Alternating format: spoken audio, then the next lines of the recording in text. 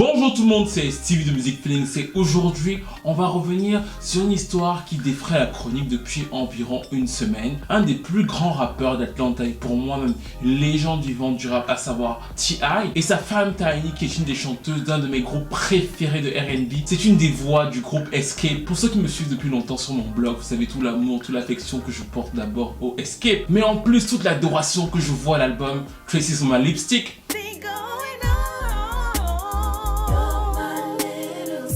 J'adore ce disque, je peux en parler pendant des heures. La Tosha Tiny, c'est l'un des meilleurs albums de Escape pour moi. Il est presque aussi important que le King de T.I. Mais aujourd'hui, on n'est pas là pour ça. On est là parce que Tiny et T.I., qui sont donc en couple depuis plus de 20 ans, sont accusés de trafic sexuel. Il y a environ une vingtaine de femmes qui les accusent de viol, de harcèlement et d'avoir recours à la drogue pour pouvoir les attirer dans le lit afin que la langue de Tiny s'exerce et que le zizi de T.I. soit toujours tendu. Bref, l'affaire fait grand bruit. L'une des femmes qui accuse vient même de prendre un avocat dans la personne de Lisa Bloom, donc peut-être ce sera porté devant les tribunaux.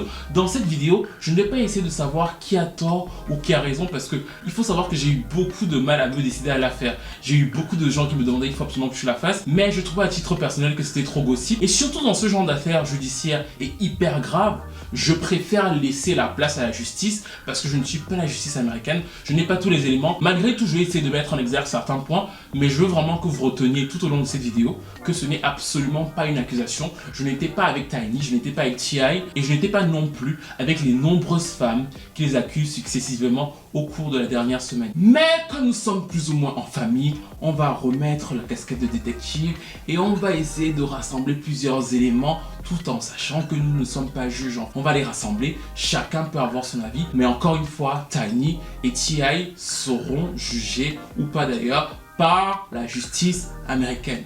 Bref, n'hésitez pas à liker, à commenter, à partager, à vous abonner au Tipeee, à vous abonner à la chaîne et c'est le début quoi.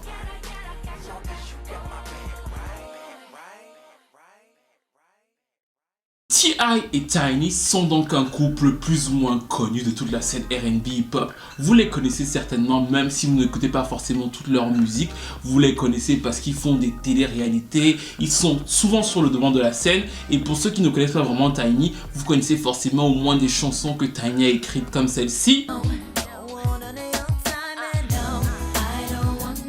Donc ce sont des personnalités plus ou moins en vue, ils ont une vie plutôt rock'n'roll parce que depuis qu'ils sont à la télé-réalité en plus ça a amplifié absolument tout et c'est peut-être à partir de là qu'on a plus ou moins commencé à s'intéresser à leur vie de couple. Il y a toujours des petits quoi comme la fois où ils se font arrêter et que le policier sent un peu de marijuana, il cherche l'odeur, il n'arrive pas à trouver, il fouille T.I., il fouille Tiny, il trouve pas, il sent une odeur, il commence à se dire qu'il faut aller un peu plus loin dans ses fouilles et c'était finalement dans l'entrejambe de Tiny que se trouvait la farine.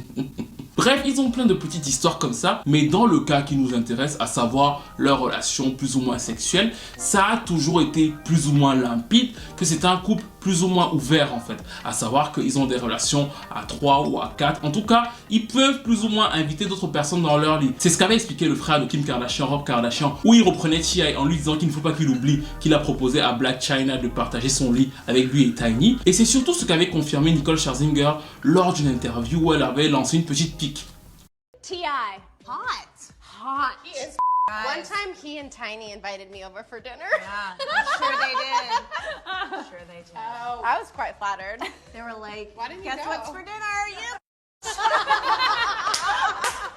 En gros, si Tiny et T.I. l'avaient invité à dîner, le dîner c'était forcément elle-même, pour prouver que tout ça n'était qu'un secret de polichinelle dans l'industrie. Et d'ailleurs, et j'insiste sur cette partie, c'est tout à fait à leur droit en fait. Il y a plein de gens qui vont penser que comme ce ne sont pas forcément leurs mœurs ou comme ils vont penser que c'est dépravé, forcément Tiny et T.I. sont coupables de ce dont on les accuse, alors que ça n'a absolument rien à voir. Tant que c'est fait avec des adultes consentants, ils ont tout à fait le droit de coucher avec absolument qui ils veulent. Ils peuvent avoir un lit de 100 places. Tant que ce sont des adultes consentants, ça ne veut absolument pas dire qu'ils sont coupables de quoi que ce soit d'autre. C'est important de comprendre cette partie parce qu'il y a beaucoup de gens qui font la confusion. Le fait qu'ils soient dans un couple ouvert et qu'ils puissent avoir des relations avec d'autres partenaires n'implique pas forcément que ce sont des prédateurs sexuels. Il y a plein d'autres couples à Hollywood et même dans la vie de tous les jours qui le font et ça n'a pas forcément de lien. L'idée de la prédation sexuelle dans cette histoire est venue ou alors a été relancée par une ancienne amie du couple, à savoir Sabrina Peterson.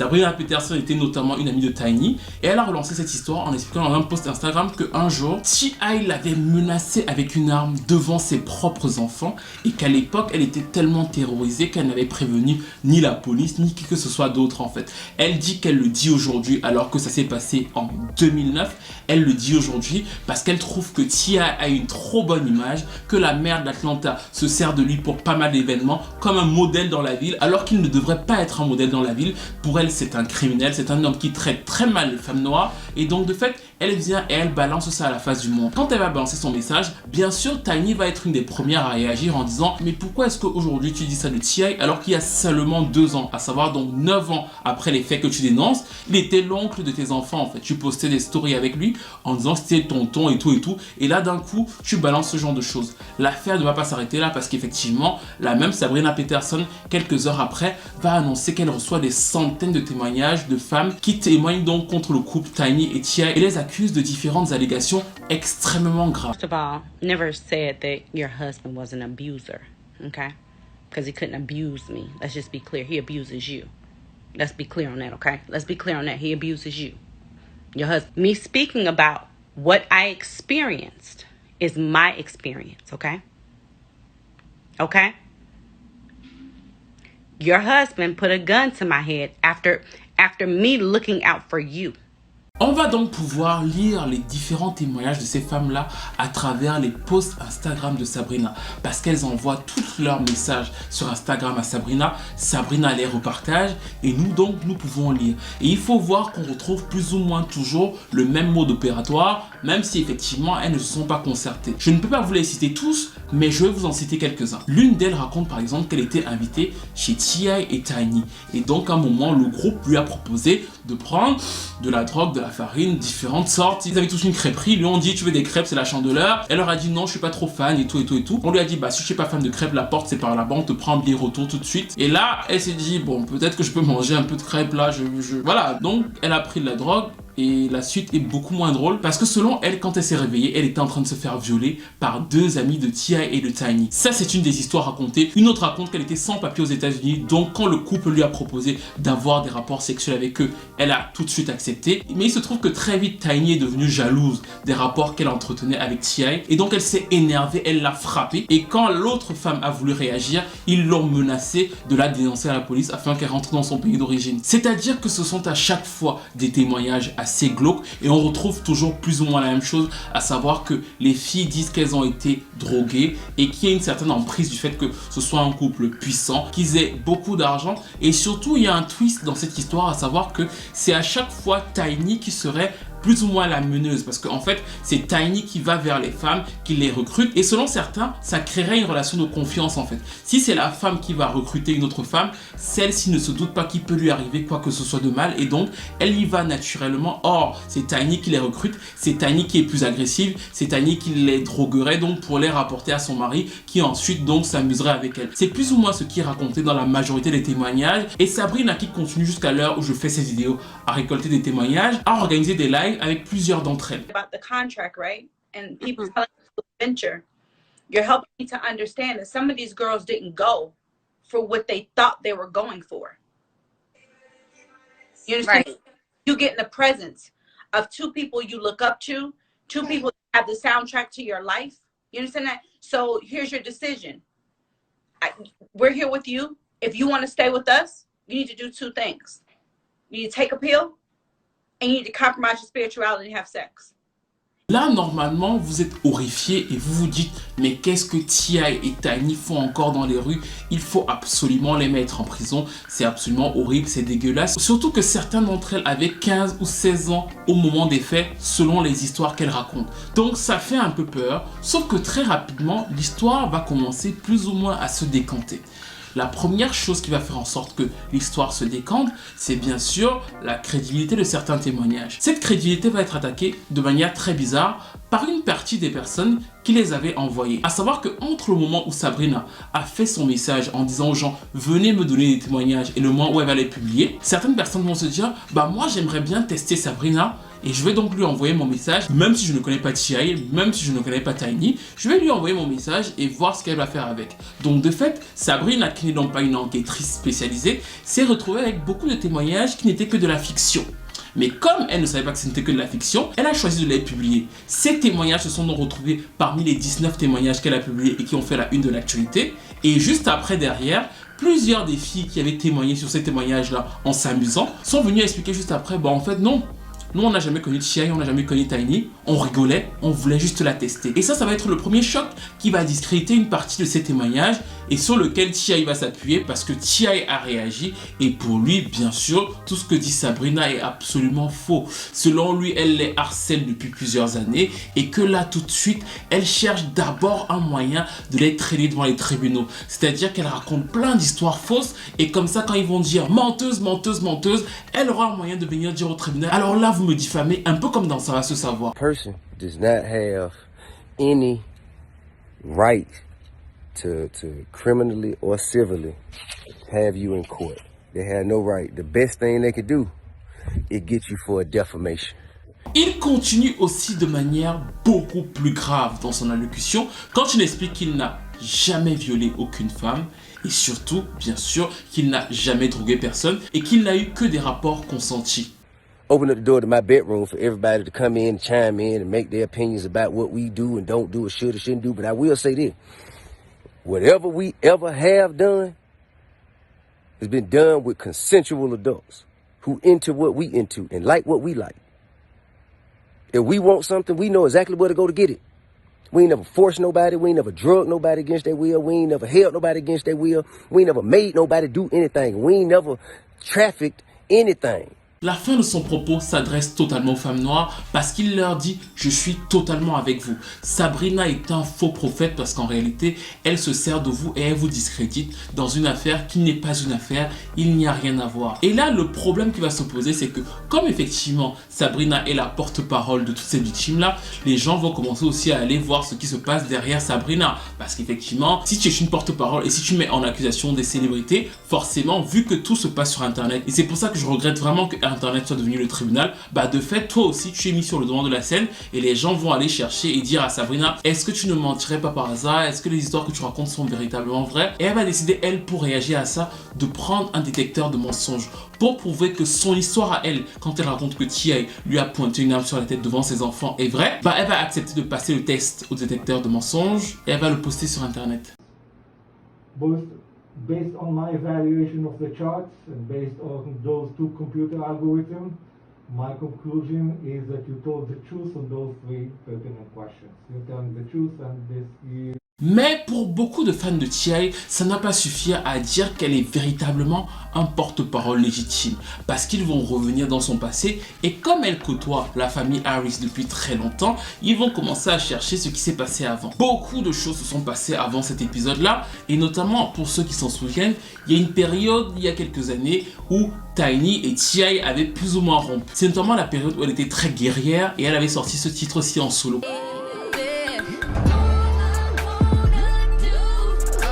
Et donc dans cette période-là, Sabrina et elle étaient plus ou moins proches et ce que faisait Sabrina sur Instagram, c'est qu'elle faisait une série de posts où elle invectivait toutes les femmes qui avaient plus ou moins des relations extra-conjugales avec T.I. Elle faisait ça à foison et à chaque fois Tiny likait les posts où elle tapait sur le présumé rival qu'elle avait à l'extérieur. Parmi ces rivales, on retrouvait plein d'autres chanteuses comme Ivy et plein d'autres noms connus. Mais toujours est-il qu'en revenant sur ces événements-là, les gens se sont dit, mais en fait, à l'époque, elle nous expliquait que Tiny était la femme brisée par T.I. Ce que beaucoup de gens continuent de croire d'ailleurs. Beaucoup de gens pensent que c'est T.I. le master plan et que Tiny n'est qu'une simple victime. Et donc, à cette époque-là, Sabrina faisait partie de ce clan-là qui expliquait qu'en réalité, Tiny était la femme innocente. Et aujourd'hui, c'est elle qui dévoile les témoignages pour dire qu'en fait, Tiny est vraiment la meneuse du game et T.I. ne fait que suivre derrière. Donc, en réalité, sa parole manque de cohérence et elle va manquer d'autant plus de cohérence pour certains parce que quand ils vont rentrer dans son passé, il se trouve qu'elle se clashait beaucoup avec une autre chanteuse que certains d'entre vous connaissent peut-être, à savoir K. Michelle.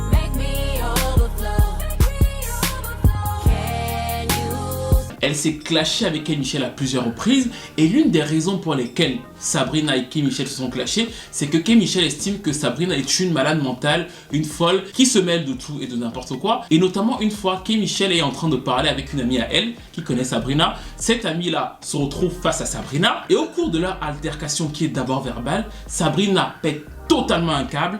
K. Michel est sur FaceTime, donc K. Michel voit tout et Sabrina va prendre un couteau et elle va attaquer et trancher l'ami de K. Michel. Ça va être un choc pour K. Michel, ça va être un choc pour son ami. Elles vont porter plainte et Sabrina va faire 1 an de prison en 2013 alors qu'elle n'avait qu'un bébé de 8 mois. Ça veut dire que les jurys avaient été choqués par la gravité des faits et elle a essayé de maquiller ça en disant qu'en réalité, elle était allée en prison à cause du fisc. Ce n'était pas vrai, donc de fait, la femme qu'elle avait attaquée est ressortie du bois. Elle a donc essayé d'aller s'excuser auprès de cette femme-là. Et cette femme-là a fait plusieurs messages sur son Instagram en disant que c'était une malade mentale, qu'elle cherchait de l'attention et que fatalement, là tout de suite, elle venait s'excuser 8 ans après pour pouvoir ne pas passer pour une abuseuse elle-même alors qu'elle était une abuseuse confirmée et qu'elle avait été condamnée pour ça. D'ailleurs, T.I. lui-même qui connaît l'histoire l'attaque sur cet argument-là en disant « Mais toi qui parles d'abus, tu es célèbre dans la méthode ». Ce qui fait en sorte qu'en réalité, tout le monde parle, mais on ne sait effectivement absolument rien. L'avocate Lisa Bloom, bon, elle est habituée à ne gagner aucune affaire, a pris en charge une des victimes de T.I., mais comme on sait tous qu'elle n'est habituée à gagner aucune affaire, on n'est pas sûr que ça va aller très loin. C'est ça le problème en fait. C'est qu'en réalité, comme c'est une affaire presque de famille, ce sont des gens qui se connaissent plus ou moins bien et qui a forcément autour de tout ça beaucoup de rancœurs personnelles qui n'ont absolument rien à voir avec ces histoires sexuelles là, mais qui se mélangent maintenant que c'est sur internet. On n'arrive plus à savoir qui dit vrai. En tout cas moi, de mon côté, je n'arrive plus à savoir qui dit vrai, qui dit faux, et ça tombe un peu dans un méli-mélo, même si effectivement, peut-être que dans le lot des messages que Sabrina a reçus, il y a vraiment des femmes qui ont subi des choses en fait. C'est tout à fait possible, et c'est même tout à fait légitime, mais dans la manière dont l'histoire s'imbrique, on n'arrive plus à savoir qui dit vrai, qui ne dit pas vrai, et c'est vraiment pour ça que ce sera hyper important de voir ce qu'en diront les jurys. De l'autre côté, il faut savoir que l'émission de télé-réalité de Tiny et T.I. est pour le moment suspendue suite à ces accusations-là. Ça veut dire qu'ils prennent la gravité de la chose, mais ils n'annulent pas encore totalement le show. Ils se disent qu'ils vont voir ce qui se passe comme vous et moi. Si ça va plus loin, la télé-réalité sera certainement annulée parce qu'en plus, elle est centrée sur leur histoire familiale. Il y a une chanteuse là qui est en train de faire sa promo là-bas qui va avoir du mal à se relever de ça. N'est-ce pas, Monica ? Mais, comme je vous l'ai dit, j'ai fait cette vidéo parce que beaucoup d'entre vous me l'ont demandé, mais aussi parce que d'une certaine façon, je me suis senti coupable d'avoir relayé cette news en fait, parce qu'il y a eu pas mal de news du même genre que je n'ai pas relayé. Pas parce que je ne veux pas les relayer, mais parce qu'en réalité, chaque fois qu'on les relaie, la plupart des gens se disent qu'une accusation vaut une condamnation. Or, je n'en sais absolument rien. C'est aussi pour ça que j'ai voulu vous mettre en exergue les deux points de vue de l'histoire. Bien sûr, s'il y a une suite dans les mois à venir et dans les années à venir, il y aura forcément des condamnations et de nombreux autres témoignages beaucoup plus égayés que ceux que j'ai exprimés dans cette vidéo-ci. S'il s'agissait de parler de la carrière de T.I., de comprendre le excès de King ou de parler de T.I. versus T.I.P., j'aurais été super à l'aise. Ou alors de parler des runs de Tiny, de la manière dont elle s'inspire souvent des runs d'Alia sur certains titres.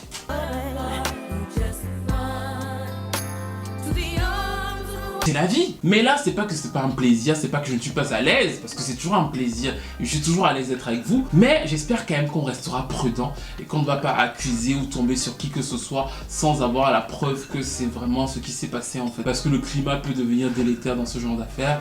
Bien sûr qu'on veut absolument justice pour ces femmes-là, si elles ont vraiment subi ça. Mais je pense aussi que la base du droit dans les sociétés modernes, ça reste la présomption d'innocence. Donc Tiny et T.I., même s'ils sont célèbres, même s'ils font des plans à trois, même si effectivement ils semblent avoir une vie sexuelle plus ou moins olé olé, bah eux aussi, selon moi, ont tout à fait droit à ça. Bref, nous en arrivons donc à la fin de cette petite vidéo sur l'histoire actuelle entre Tiny et T.I. N'hésitez pas à me dire ce que vous en pensez. Que pensez-vous du déroulement? Que pensez-vous des différents interlocuteurs? Sabrina, T.I., Tiny, dites-moi tout ce que vous en pensez dans le respect bien sûr. N'hésitez pas à partager, à liker, à commenter, à vous abonner à la chaîne, à vous abonner au Tipeee. Et je vous retrouve très vite pour une nouvelle vidéo.